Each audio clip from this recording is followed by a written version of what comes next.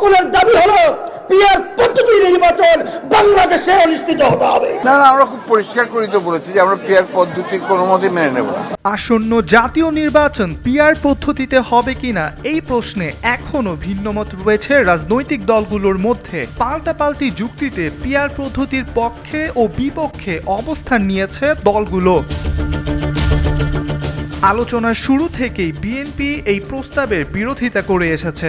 দলটির একাধিক নেতা পিয়ারের বিপক্ষে অবস্থান নিয়ে এর অসুবিধার কথা উল্লেখ করে আসছেন। অন্যদিকে জামায়াতে ইসলামী ও এনসিপির সাথে আরও কিছু ছোট বড় দল পিয়ারের পক্ষে জোর দাবি জানিয়ে আসছিল।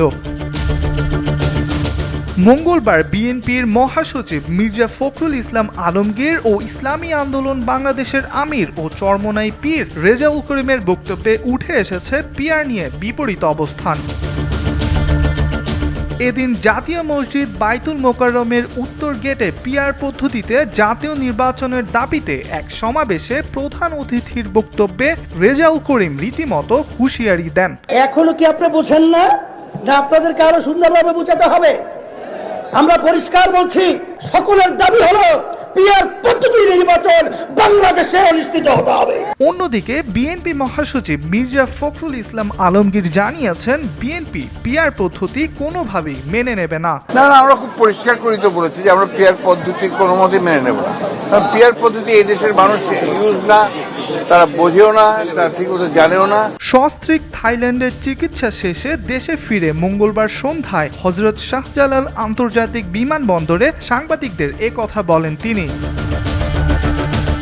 বিএনপি মহাসচিব পিয়ার পদ্ধতির অসুবিধা উল্লেখ করতে গিয়ে বলেন, পিয়ার পদ্ধতিতে জনগণের অধিকার পুরোপুরি প্রয়োগ হবে না, কারণ এই পদ্ধতিতে জনগণ জানছে না তারা কাকে ভোট দিচ্ছেন। আমরা বিশ্বাস করি যে আপনার পিয়ার পদ্ধতিতে জনগণের যে অধিকার সেটা পুরোপুরিভাবে আপনার প্রয়োগ করা হবে না, এবং সে জানেও বুঝবেও না যে সে কাকে আপনার ভোট দিচ্ছে না দিচ্ছে।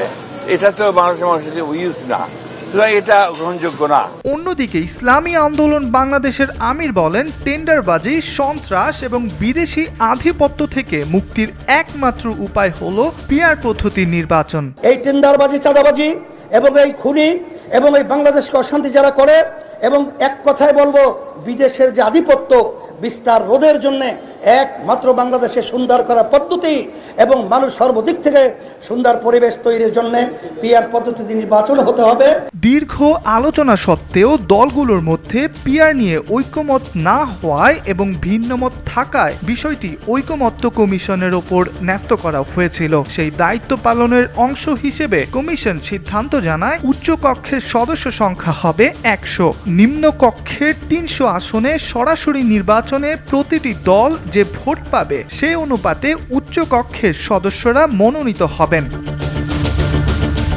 বিএনপি এবং তাদের সমমনা জোট দাবি জানিয়েছিল উচ্চ কক্ষের আসন নিম্ন কক্ষে প্রাপ্ত আসনের ভিত্তিতে দিতে হবে। অন্যদিকে ঐকমত্য কমিশনের আলোচনার এজেন্ডায় নিম্ন কক্ষে পিয়ারের বিষয়টি না রাখায় কমিশনের নিন্দা জানিয়েছিল ইসলামী আন্দোলন বাংলাদেশ।